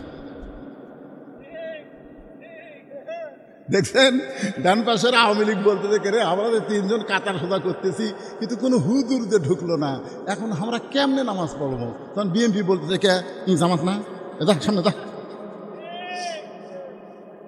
দেখছেন, তখন বলে, ভাই তুমি আওয়ামী লীগ, তুমি বিএনপি, আমি জামাত। তখন আওয়ামী লীগ বলতেছে, ওটা বাইরের কথা, ওটা বাইরের কথা। আমি আওয়ামী লীগ, ওই বিএনপি, তুই জামাত, ওটা বাহিরের কথা। ভিতরে আমরা তিন ভাই এক জামাতে নামাজ পড়তে চাই। দরকার সুবহানাল্লাহ। এই জন্য আল্লাহ বলেছেন, উদখুলু ফিস সিলমি কাফা, পুরাপুরি ভাবে ইসলামের মধ্যে ঢুকে দেখো, কোনো দল নাই, সমস্ত মুসলমান এক দল। ধরে কোন কথা ঠিক কিনা? পুরাপুরি ইসলামের মধ্যে ঢুকে দেখো, কোনো কাতার নেই, এক কাতার। এতদিন রাখাল চিন্তা করেছে ভিতরে দামি দামি সাহাবী, আজকে ভিতরে ঢুকে দেখতেছে আমিও এরাও তাই। আসলে বাইরে থাকলে বোঝা যায় না। সারাদিন ভিক্ষা করে বাইরে নিয়ে আসে, 2 কেজির ওপর চাল পায় না। বউ বলতেছে, তুমি আসলে দরজা চেনো না, এই সারাদিন ভিক্ষা করে 2 কেজি চাল নিয়ে আসো, আবার আগামীকাল যাওয়া লাগবে। তো ফকির বলতে, কে রে, আমি আবার কোন দরজার যাবো? তুমি বাসার সাধারণের কাছে যাওয়া পারো না? বাদশাহ সাধারণের কাছে যাবে, এমন ভিক্ষা চাওয়া চাবে, দেও দিবি, 2-4 বছর বসে থাকা খাবে, আর ভিক্ষা করা লাগবে না। ওই বইয়ের বুদ্ধি শুনে বাদশাহ সাধারণের রাজ দরবারে ঢুকে দেখে, বাদশাহ সাধারণ একটা ছোট্ট ঘরের মধ্যে 2খানা হাত তুলে কাঁদতেছে আর বলতেছে, ও বাদশাহ, তোমার দরবার আমি ফকির, আমি ফকির। ফকির কয়, কে রে, এতদিন মানুষের দরজা ভিক্ষা করলাম, এরকম কাউকে কান্দা দেখিনি, আমি এই হারে কান্দিলে তার মানে কি? এই বাদশা যদি ফকির হয়ে যায়, তাহলে আমি ছুটি নাই। চিন্তা করে দেখেন, ভিতরে ঢুকে দেখতেছে বাদশাও যা, ইও তাই। ধরে কোন সুবহানাল্লাহ। এটা বাহির থেকে বোঝা যায় না। ফকির একেবারে সামনে কাতারে গিয়া ফজরের ফরজের পূর্বে 2 রাকাত সুন্নত। আল্লাহ রাসূল বলেছেন, ফজরের ফরজের পূর্বে 2 রাকাত সুন্নতের এত দাম, আসমান জমিন বিক্রি করে দিলেও ওই 2 রাকাত সুন্নতের সমান দাম হবে না। সুবহানাল্লাহ। ধরে কোন ফজরের নামাজের পূর্বে 2 রাকাত সুন্নত আছে না নাই? রাখাল 2 রাকাত সুন্নত নামাজ পড়ে চুপটি করে বসে আছে। একেবারে সামনে কাতারে মেহরাব বরাবর 2 রাকাত নামাজ পড়ে চুপটি করে বসে আছে। এমন সময় একজন সাহাবী মসজিদের মধ্যে ঢুকতেছে, মসজিদের মধ্যে ঢুকে দেখে আমার জায়গা দখল। ওই সাহাবীর নাম হলো ওসমান গনি। ধরে কোন সাহাবীর নাম কি? ওই সাহাবীর নাম হলো ওসমান গনি। ওসমান গনি মনে মনে চিন্তা করে, যে জায়গায় আমি দাঁড়ায় নামাজ পড়ি সেই জায়গায় কে বসে আছে? যে জায়গায় আমি নামাজ পড়ি সে জায়গায় কে বসে আছে? এখন হয়তো আপনারা ভাবতেছেন, হুজুর মসজিদের মধ্যে একমাত্র ইমাম ছাড়া অন্য কারো জায়গা তো নির্দিষ্ট নাই, তাহলে ওসমান গনি কেন ভাবতেছে যে জায়গায় আমি নামাজ পড়ি সে জায়গায় কে বসে আছে? আল্লাহ রাসূল বলেছেন, আমি যখন ইমামতি করব, আমি বরাবর যিনি পিছনে দাঁড়াবে তার নাম হচ্ছে আবু বকর। আমার আবু বকর যখন ইমাম হবে, আবু বকর বরাবর যিনি পিছনে দাঁড়াবে তার নাম হবে হযরত উমর। আমার উমর যখন ইমাম হবে, উমর বরাবর পিছনে যিনি দাঁড়াবে তার নাম হলো ওসমান গনি। আমার ওসমান যখন ইমাম হবে, ওসমান বরাবর পিছনে যিনি দাঁড়াবে তার নাম হলো হযরত আলী। হযরত আলী যখন ইমাম হবে, আলী বরাবর পিছনে। নবী কোনো সাহাবীর নাম কয় না। সাহাবীরা বলতেছে, ইয়া রাসূলুল্লাহ, হযরত আলী যখন ইমামতি করবে, আলী বরাবর পিছনে কে দাঁড়াবে? রাসূল বললেন, মা ইয়ানতিকু আনিল হাওয়া ইন হুয়া ইল্লা ওয়াহয়ুন ইউহা। আমি রাসূল ততক্ষণ পর্যন্ত বলতে পারবো না যতক্ষণ আল্লাহ আমাকে না বলায়। ওই আলী পর্যন্তই হলো খোলাফায়ে রাশেদিন। তাহলে হযরত উমর যখন ইমামতি করবে, উমর বরাবর পিছনে কে দাঁড়াবে? এতক্ষণ শুনে কি বুঝলেন? জোরে বলেন, কে দাঁড়াবে? কিন্তু আয়েশা দেখে জায়গা দখল হয়ে গেছে। নবীর যত সাহাবী ছিল সবচাইতে নরম সাহাবী হলো আবু বকর, ওসমান গনি। ওসমান গনি ঢুইকে দেখে রাখালের পাশে ফাঁকা জায়গা আছে, ওই ফাঁকা জায়গায় 2 রাকাত সুন্নত নামাজ পড়ে রাখালের দিকে 3 বার তাকাছে। জোরে কোন কয়বার? যে লোকটাকে কোনো দিনও দেখেনি, আমার জায়গাত বসে আছে, তুলে দেয়নি তো, তুলে দেয়নি, পাশে থেকে 3 বার দেখছে। কয়বার? প্রথম যখন এরকম দেখছে রাখাল, তখন দ্বিতীয়বার যখন দেখতেছে, তৃতীয়বার যেই তাকাইছে, এই মিয়া বারবার আমার দিকে তাকাও কেন মিয়া? মূর্খ লোক যারা, তারকে দিকে যদি বারবার তাকান ওই কিন্তু খেপে যাবি। দরকার ঠিক খেয়ে যাবে। আমার গাড়ির সাথে একবার একটা অটো ভ্যান লাগিয়ে দিছে, বুঝলেন? রাস্তা ছোট, ওইও নামে না, আমাকে ড্রাইভারও নামে না, লাগিয়ে দিছে। আমি খালি জাংলা খুলে খাই ভ্যানে আলার দিকে তাকাছি। ভ্যান আলা করছে, হুজুর গাড়ির চড়ে বেড়ান মোশন হসা। খালি একবার গিয়ে তাকাছি, এই তাকাছি থেকে একবার তাকাতেই ভ্যান আলা বলতে, হুজুর কি মোশন হসে? আরে মূর্খ লোকের দিকে যদি আপনি বারবার তাকান কিন্তু রাগ করবে, আর জ্ঞানী লোকের দিকে যত তাকাবে তত খুশি হবে। জোরে কোন কথা ঠিক কিনা? ওসমান গনি 3 বার তাকানোর সঙ্গে সঙ্গে রাখাল বলে, এই মিয়া বারবার আমার দিকে তাকান কেন মিয়া? সঙ্গে সঙ্গে ওসমান গনি দাঁড়িয়ে গেছে, থর থর করে ওসমান গনি কাঁপতেছে। রাসূল বলেছেন, ওসমান গনির শরমও বেশি, নরমও বেশি। ওসমান গনির কি বেশি? শরম বেশি, হায়াউন ওসমান। প্রত্যেক জুমার সানি খুতবায় কিন্তু বলে হায়াউন ওসমান। ওসমান হলো সবচাইতে শরম বেশি। দাঁড়িয়ে থর থর করে কাঁদতে কাঁদতে বলে, ভাইজান আপনার নাম কি ভাই? বলে, আমার নাম হলো, আমি একজন রাখাল। যেই বলেছে আমি একজন রাখাল, ওসমান গনি মুস্কি মুস্কি হাসতেছে। মুস্কি মুস্কি হাসার কারণ হলো, রাখাল যারা হবে তাদের ভাষা নরম হলে চলবে না, রাখালের ভাষা মাঝে মধ্যে গরম হওয়া লাগবে। আল্লাহ রাসূল বলেছেন, প্রত্যেকটা অভিভাবককে আল্লাহ তাআলা দুনিয়াতে রাখালের দায়িত্ব দিয়ে প্রেরণ করেছে। আপনার যারা অভিভাবক আছেন, প্রত্যেকটা অভিভাবককে আল্লাহ তাআলা রাখালের দায়িত্ব দিয়ে দুনিয়াতে প্রেরণ করেছেন। এখন হয়তো আপনারা চিন্তা করতেছেন, হুজুর আমার তো গরু নাই, আমার তো ছাগল নাই, আমি কিসের রাখালি করব, আমি কিসের রাখাল? আপনি চোখ বন্ধ করে দেখেন আপনার বাড়িতে আছে, আপনি চোখ বন্ধ করে দেখেন আপনার বাড়িতে। আমি কিন্তু রূপও করতে বলতেছি, পরে আবার ভাঙ্গা দিচ্ছে। আপনারা দেখেন 42 বছরের একটা গাভী আছে আপনার বাড়িতে, একটা গাভী আছে তার বয়স হলো 42 বছর। আপনার বাড়িতে একটা আড়িয়া গরু আছে তার বয়স হলো 22 বছর। আপনার বাড়িতে একটা বকনা আছে তার বয়স হলো 17 বছর। এখন হয়তো বলতেছেন, হুজুর 42 বছরের গাভীকে, 42 বছরের গাভী হলো আপনার বউ, আর 22 বছরের আড়িয়া হলো আপনার বেটা, আর 17 বছরের বকনা হলো আপনার মেয়ে। আপনি বলেন তো, আপনি পিতা হিসাবে, অভিভাবক হিসাবে এই 3 জনের উপরে আপনার রাখালি করার দায়িত্ব আছে না নাই? আপনার রাখালি করার দায়িত্ব আছে। আপনি এশার নামাজ মসজিদের সামনে কাতারে আদায় করলেন, আপনি এশার নামাজ সামনে কাতারে আদায় করলেন, আপনি মনে মনে চিন্তা করতেছেন আমি বাড়িতে যাওয়ার পরে আমার বউ এশার নামাজ পড়তেছে, না হয় কোরআন শরীফ পড়তেছে, এই নিয়ত করে আপনি এশার নামাজ পড়ে বাড়ির যায় দেখলেন আপনার ঘরের মধ্যে হরি হরি হরি হরি। কে রে? আমি মুসলমান, এশার নামাজ সামনে কাতার আদায় করলাম, আর আমার ঘরের মধ্যে হরি হরি হরি হরি। যায় দেখেন আপনার গাভী, 42 বছরের গাভী স্টার জলসা দেখতেছে। তা আপনি এশার নামাজ সামনে কাতার আদায় করলেন, আর আপনার বউ ভারতের স্টার জলসা দেখতেছে।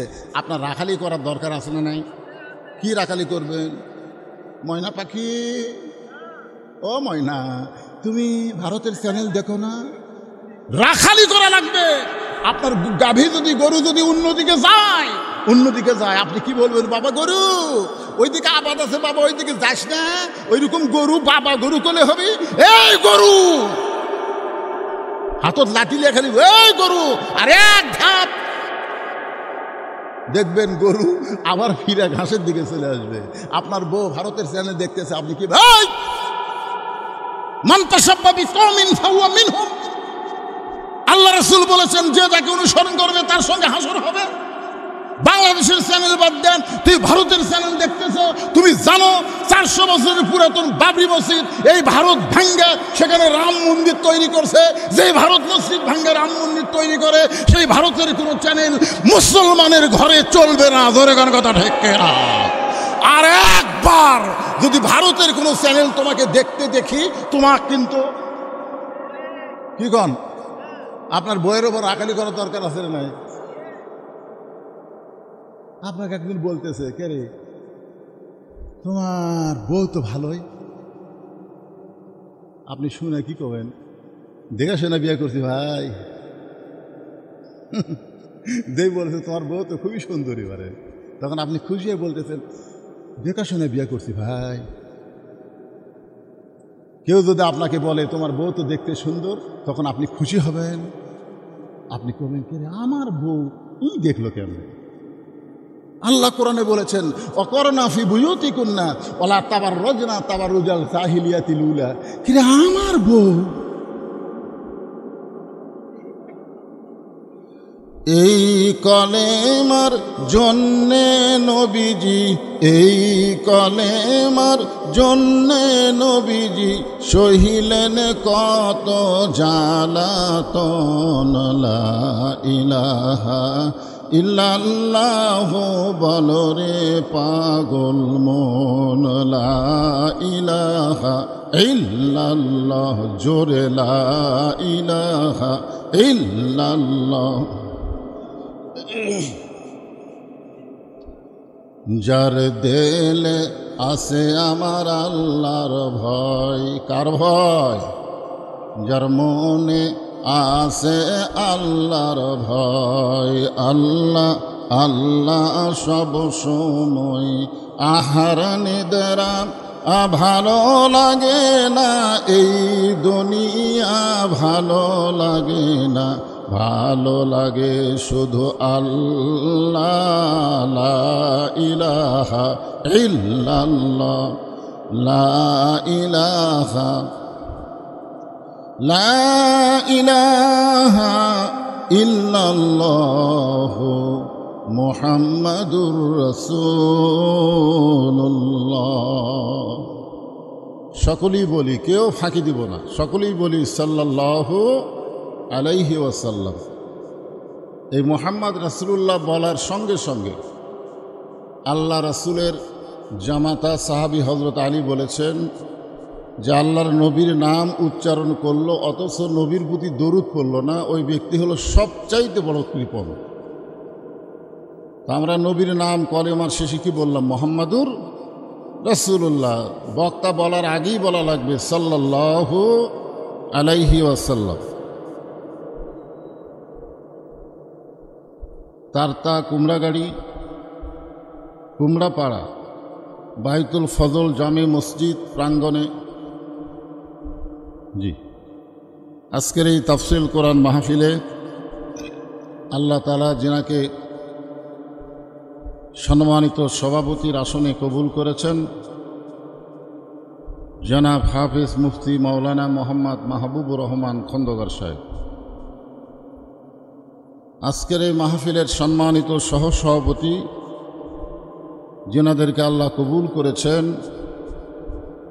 মঞ্চে উপবিষ্ট আছেন, তাদেরকেও অন্তরের অন্তঃস্থল থেকে আমি শুভেচ্ছা জ্ঞাপন করছি। আজকের এই মাহফিলের সম্মানিত প্রধান অতিথি, সম্মানিত বিশেষ অতিথিবৃন্দ, সম্মানিত আমন্ত্রিত অতিথিবৃন্দ, সকলকেই অন্তরের অন্তঃস্থল থেকে আমি শুভেচ্ছা জ্ঞাপন করছি। আজকের এই মাহফিলের সম্মানিত ওলামায়ে কেরাম, এ জাতির শ্রেষ্ঠ সন্তান হচ্ছে আলেম ওলামা। আল ওলামা ওয়ারাসাতুল আম্বিয়া, আলেমগণ হচ্ছে নবীদের ওয়ারিস। বলেন সুবহানাল্লাহ। আল্লাহ কোরআনে বলেছেন, ইন্নামা ইয়াখশাল্লাহ মিন ইবাদিহিল উলামা। বান্দা সমূহের ভিতরে আলেম বান্দারাই সবচাইতে আল্লাহকে বেশি ভয় করে। যে সমস্ত আলেম ওলামা মাগরিবের নামাজের পর থেকে এতক্ষণ পর্যন্ত কোরআন হাদিসের আলোকে গুরুত্বপূর্ণ আলোচনা করে আপনাদেরকে শোনালেন, যে সমস্ত আলেম ওলামা আপনাদের মাঝে মাঝে বসে আছেন এবং মঞ্চে উপবিষ্ট আছেন, সকলকেই অন্তরের অন্তঃস্থল থেকে আমি শুভেচ্ছা জ্ঞাপন করছি। এই মুহূর্তে আমার সামনে যারা বসে আছেন, যিনাদেরকে আল্লাহ দয়া করে রহম করে আজকের এই জান্নাতের বাগানে কবুল করেছেন, যখন আমি বললাম কবুল করেছেন, তখন আপনাদের কিছু বলা দরকার ছিল। আপনারা কি মনে করছেন যে নিজের ইচ্ছা এখানে আইছেন? আপনি যত ইচ্ছা করেন, আল্লাহ যদি না চাইতো এই জায়গার মধ্যে আপনি বসতে পারবেন না, কারণ এটা দুনিয়ার সাধারণ কোনো জায়গা নয়। যেখানে কোরআন হাদিসের আলোচনা হয়, জিকির আজকার হয়, ওই জায়গাকে বলা হয় রিয়াজুল জান্নাহ, বেহেশতের টুকরা। আর বেহেশতের টুকরার ভিতরে সবাই বসতে পারে না। আল্লাহ যাদেরকে পছন্দ করে একমাত্র তারাই এই এরিয়ার মধ্যে বসে গেছেন। আল্লাহ কোরআনে বলেছেন, মা আসাবাকা মিন হাসানাতিন ফামিনাল্লাহ।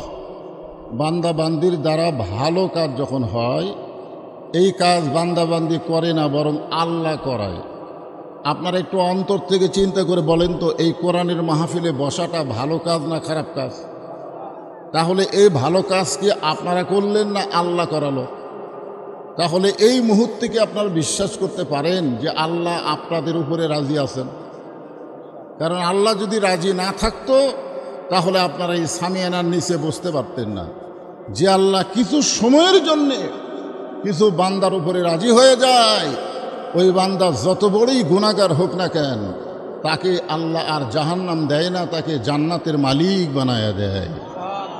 এই জন্য আমার সামনে যারা বসে আছেন, আমি জান্নাতি মানুষদেরকে আমার অন্তরের অন্তঃস্থল থেকে শুভেচ্ছা জ্ঞাপন করছি।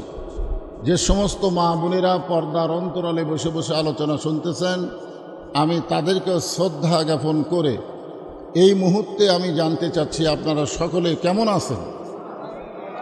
আলহামদুলিল্লাহি রব্বিল আলামিন। যে আল্লাহ আলহামদুলিল্লাহ, যে আল্লাহ শারীরিক সুস্থতা, মানসিক প্রশান্তি দান করে আজকের এই জান্নাতের বাগানে আমাদেরকে কবুল করলেন, আমরা সে আল্লাহর উপরে খুশি না বেজার? তাহলে জবান খুলে সমস্বরে সকলে বলবো, রব্বানা লাকাল হামদ হামদান কাসীরান তাইয়িবান মুবারাকান ফীহি। আমরা আল্লাহর দরবারে শুকরগুজার করছি এই কারণেই যে আল্লাহ তাআলা আমাদেরকে জন্মগতভাবে মুসলমানের ঘরে কবুল করেছেন। চারিদিকে কিন্তু দুর্গাপূজার একটা ঢাকঢোল শোনা যাচ্ছে, জোরে কোন ঠিক কিনা? হ্যাঁ, এখানে আমি আমার কথা বলতেছি না, আল্লাহ বলতেছেন, অমাইয়াবুতাগি গায়রাল ইসলামা দীনান ফালাই ইউকবালা মিনহু। এটা হলো কোরআনের আয়াত। জোরে বলেন কিসের আয়াত? আর এ আয়াতের বাংলা অর্থ হলো, ইসলাম ছাড়া অন্য কোনো ধর্ম কেউ যদি গ্রহণ করে, লা ইউকবালা মিনহু, আল্লাহ বলেছেন কখনোই তা কবুল করা হবে না। এই আয়াতের কারিমার দ্বারা বোঝা গেল, ইসলাম ছাড়া আল্লাহর কাছে কবুলযোগ্য পছন্দনীয় আর কোনো ধর্ম নাই। ইন্না দীনা ইনদাল্লাহিল ইসলাম। তো আল্লাহ আমাদেরকে সে আল্লাহর পছন্দনীয় ধর্ম ইসলামের মধ্যে কবুল করেছেন। খুশি না বেজার? জবান খুলে বলি আলহামদুলিল্লাহ। আল্লাহর দরবারে আমরা শুকুর গুজার করছি যে আল্লাহ ভাগ্যগুণ আমাদেরকে বিশ্বনবীর উম্মাত হিসাবে কবুল করেছেন। যেই নবী এই মাসে দুনিয়াতে এসেছেন, আবার এই মাসে দুনিয়া থেকে বিদায় হয়ে গেছেন। এজন্য এই মাসের নাম আমরা সকলেই জানি রবিউল আউয়াল মাস। জোরে বলেন কি মাস? প্রায় শেষের দিকে মাসটা পৌঁছে যাচ্ছে। তো আল্লাহ রাসূল এসেছিলেন, আবার চলে গেছেন, কিন্তু আমাদের জন্য দুটা জিনিস রেখে গেছেন। একটা হলো আল্লাহর কোরআন, আর একটা হলো তার জীবন আদর্শ। রাসূল বিদায় হজের খুতবায় বলেছেন যে তোমাদের জন্য কোনো চিন্তা নাই, টেনশন নাই, আমি দুটা জিনিস তোমাদের জন্য রাখা গেলাম। এই দুইটা জিনিসকে তোমরা যদি আঁকড়ে ধরো, লান তাদিল্লু, লান তাকিদ করে বলা হয়েছে, তোমরা কখনোই গোমরাহি হবে না। আল্লাহর কাছ থেকে গোমরাহি থেকে আমরা পানা চাই। আমরা সেই রাসূলের জীবনী থেকে আলোচনা শুনব। আমি যে আয়াতে কারিমা আপনাদের সামনে তেলাওয়াত করেছি, সে আয়াতকেও সামনে নিয়ে কথাবার্তা বলবো, কিন্তু সেই নবী সম্পর্কে আমাদের একটু জানা দরকার। ধরে কারণ ঠিক কিনা? নবী সম্পর্কে না জানলে মানবেন কেমনে? আজকে আমরা চৌকিদারকে চিনি, আবার এসপিকেও চিনি। আপনারা বলেন যে দুইজনকে কি আমরা সমান মানি? দুইজনকে সমান মানি? চৌকিদার তো চৌকিদার, আর এসপি তো এসপি। কিন্তু এটা চেনার কারণে, যদি না চিনি, এমন একটা গ্রামে গেছি চৌকিদারের এসপি আমরা কাউরে চিনি না, তখন কিন্তু দেখবেন কোনো ভক্তিও আসবে না যে কে এসপি কে চৌকিদার, আমরা তো চিনি না। আজকে গোটা পৃথিবীতে বহু নেতা আছে, কিন্তু আমাদের নবী শুধু নবী না, তিনি হলেন বিশ্ব নেতা। জোরে কোন কথা ঠিক কি না? হ্যাঁ, এই জন্য আল্লাহ কোরআনে বলেছেন, লাকাদ কানা লাকুম ফি রাসূলিল্লাহি উসওয়াতুন হাসানা। যদি তোমরা সফলতা অর্জন করতে চাও, তাহলে বিশ্বনবীর আদর্শকে তোমরা গ্রহণ করে নাও। আমরা নবীর আদর্শ যদি গ্রহণ করি, তাহলে কেবলমাত্র আল্লাহ আমাদেরকে সফলতা দান করবেন। আমাদের নবী হলেন এমন নবী, যেই নবীকে আল্লাহ তাআলা দুনিয়া থেকেই একটা ভ্রমণের মাধ্যমে আল্লাহ জান্নাতে প্রবেশ করাইছিলেন। বলেন সুবহানাল্লাহ। সেই ভ্রমণকে আমরা বলি লাইলাতুল মেরাজ। মেরাজের রজনীতে আল্লাহ তাআলা আমাদের নবীকে জান্নাতে প্রবেশ করাইছিলেন। নবী যখন জান্নাতে প্রবেশ করলেন, তখন নবীর সঙ্গে একজন ফেরেশতা ছিলেন। ফেরেশতার নাম হলো হযরত জিবরাইল। ফেরেশতা জিবরাইল বললেন, ইয়া রাসূলুল্লাহ, আপনি যখন জান্নাতে প্রবেশ করলেন, আপনি যদি জান্নাত থেকে বের না হন, আল্লাহ আপনাকে জান্নাত থেকে বার করে দিবে না। কারণ জান্নাতের একটা শর্ত আছে। জান্নাতের কি আছে? শর্ত হলো ফাদখুলুহা খালিদিন। কেউ যদি জান্নাতে একবার প্রবেশ করে, আল্লাহ তাকে চিরস্থায়ীভাবে জান্নাত দিয়ে দেয়। সুবহানাল্লাহ, জোরে কর না কেন? হ্যাঁ, তো আপনি যখন জান্নাতে প্রবেশ করেছেন, আপনি যদি আর জান্নাত থেকে বের না হন, তাহলে আল্লাহ আপনাকে জান্নাত থেকে বের করে দিবে না। সঙ্গে সঙ্গে আমাদের নবী এত রাগ করলেন। কি করলেন? রাগ করে বললেন, জিবরাইল, যেই কথা একবার বলেছো, এই কথা আর দ্বিতীয়বার বলো না। কারণ আমি নবী আমার জন্যে না, আমি নবী হলাম আমার উম্মতের জন্যে। সুবহানাল্লাহ বলেন। দেখেন, জান্নাতের মধ্যে গিয়েও আমাদের নবী জিবরাইলকে কি বললেন? আমি নবী আমার জন্যে নয়, আমি নবী হলাম আমার উম্মতের জন্যে। আল্লাহ যদি আমাকে জান্নাতে থাকার জন্য ঢুকতে বলতেন, আমি নবী জান্নাতে ঢুকতামই না। আল্লাহ শুধু আমাকে জান্নাত দেখার জন্য ঢুকতে বলেছেন, সেই জন্য আমি জান্নাতের মধ্যে প্রবেশ করেছি। ফেরেশতা জিবরাইল বললেন, হুজুর, তাহলে আপনি কি জান্নাতে প্রবেশ করবেন না? আল্লাহ রাসূল বললেন, আমি সেই দিন জান্নাতে প্রবেশ করব, যেদিন আমার সমস্ত গুনাহগার উম্মতিনীকে আল্লাহ জান্নাত দিয়ে দিবে। চিন্তা করে দেখেন, যেই নবী জান্নাতে যায়ও আমাদের কথা ভোলে নাই, আর এখন যে নেতার পিছনে আপনারা চামচাগিরি করতেছেন, এই নেতা ভোট পায় যদি সংসদে যায়, আর আপনাদের কথা মনেই থাকবে না। জোরে কোন কথা ঠিক কিনা? হ্যাঁ, এখন যতই বলুক গরিবের বন্ধু, জনদরদি সমাজসেবক, যতই বলুক, কিন্তু সবসময় মনে রাখবেন। আর সবসময় যিনি আমাদেরকে মনে রাখবেন, যিনি কেঁদেছেন, যিনি কাঁদতেছেন, যিনি কাঁদবেন, তিনি হলেন আমাদের নবী মুহাম্মাদুর রাসূলুল্লাহ সাল্লাল্লাহু আলাইহি সাল্লাম। এমন একজন নবী ভাগ্যগুণে পেয়েছি বলে আল্লাহর দরবারে শুকর গুজার করছি, আলহামদুলিল্লাহ। আমরা আল্লাহর দরবারে শুকর গুজার করছি, আমরা যে কোরআন থেকে তাফসীর শুনব, যে কোরআন থেকে আলোচনা হবে, এই কোরআনের মধ্যে কোনো ভুল নাই, এই কোরআনের মধ্যে কোনো সন্দেহ নাই, এই কোরআনের মধ্যে কোনো ধোঁকা নাই। আপনারা বলেন আছে? বর্তমানে যে সংবিধান দিয়ে আমাদের বাংলাদেশ চলতেছে, মাঝে মধ্যে কেউ কেউ সংবিধান পরিবর্তন করার চেষ্টাও করতেছে, জোরে ঠিক কিনা, যে ওই ৭২ সংবিধান আর চলবে না, এই সংবিধান বাতিল করে নতুন আবার সংবিধান করা লাগবে। এই ২৪-এর গণ আন্দোলনে যে অভ্যুত্থান হয়েছে, এই ২৪-এর গণ অভ্যুত্থান অনুযায়ী এবার নতুন করে সংবিধান তৈরি করা লাগবে। তাহলে বোঝা গেল ৭২-এ যেটা হচ্ছে সেটা ২৪-এ বাতিল করা লাগবে, এরকম কিছু কথা মানুষ বলে। কিন্তু আজ থেকে ১৪৫০ বছর আগে যে সংবিধান আল্লাহ আমাদেরকে দিয়েছেন, কোরআন, কিয়ামত পর্যন্ত এইটা পরিবর্তন করার কোনো উপায় নাই। কি জন্যে নাই? আল্লাহ নিজে বলেছেন, ইন্না নাহনু নাযালনা যিকরা ওয়া ইন্না লাহু লাহাফিজুন।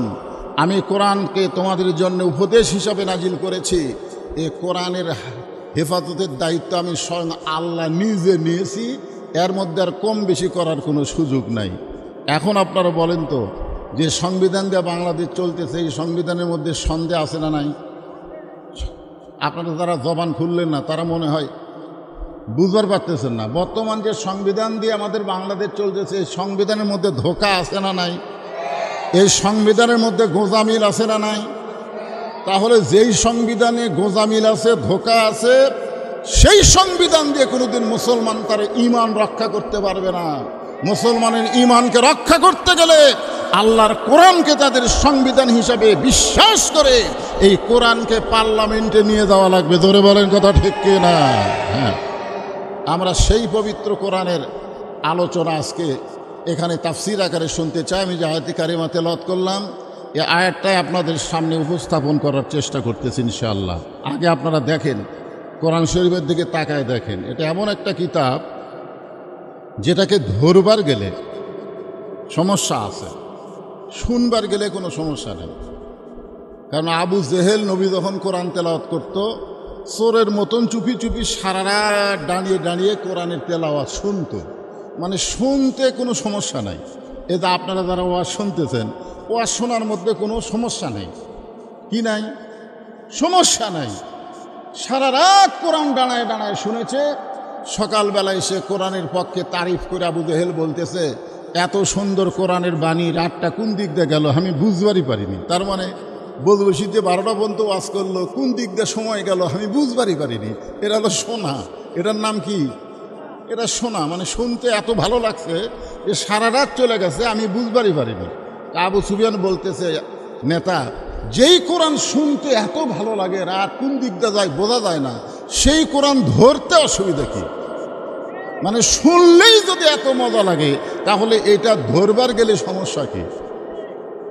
আবু জেহেল বলতেছে যে, আবু সুফিয়ান, কোরআনকে যদি গ্রহণ করি, কোরআনকে যদি আমরা ধরি, তাহলে তোর আর আমার এই ভুয়া নেতাগিরি চলবি না।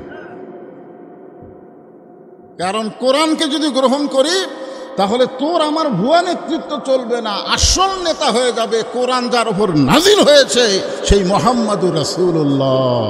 কিয়ামত পর্যন্ত একজনই নেতা থাকবে, আর কোনো নেতা আমরা মানিও না, আমরা বুঝিও না, আমরা জানিও না। তিনি হচ্ছেন আমার নেতা, তোমার নেতা।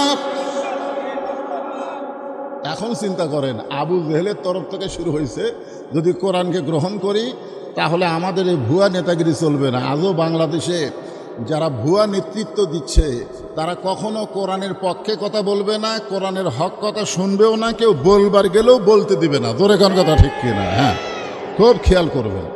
তারপরও এক ভাই এখান থেকে মাঝখান থেকে বলেছে, এ কোরআনকে ধরবার গেলে কি হওয়া লাগবে? পবিত্র হওয়া লাগবে। আসলে এটা কোরআনেরই ভাষা, লা ইয়ামাসসুহু ইল্লাল মুতাহহারুন। ততক্ষণ পর্যন্ত তুমি কোরআন স্পর্শই করতে পারবে না, ধরা তো দূরের কথা, এরকম হাত দিবারও পারবে না, যতক্ষণ পর্যন্ত তুমি পবিত্র না হবা। তাহলে কোরআনকে ধরবার গেলে যদি পবিত্র হতে হয়, তাহলে সেই কোরআন যদি বাংলাদেশের পার্লামেন্টে যায়, তাহলে গোটা বাংলাদেশ কেমন পবিত্র হবে, এইটা আমাদের দেখার দরকার আছে না নাই? দরকার আছে না নাই? এখনো তো আমরা দেখতে পারিনি, একটু দেখার দরকার। আসলে কোরআন যখন মানুষ মানবে, আমি আয়াতে কারিমা তেলাওয়াত করেছি, ইন্নাল্লাযীনা ক্বালু রাব্বুনাল্লাহ সুম্মা ইসতাকাম, নিশ্চয় যারা বলবে আল্লাহ আমার রব, শুধু বলবে না, এর প্রতি যারা ইস্তেকাম থাকবে, এর প্রতি যারা অটল থাকবে।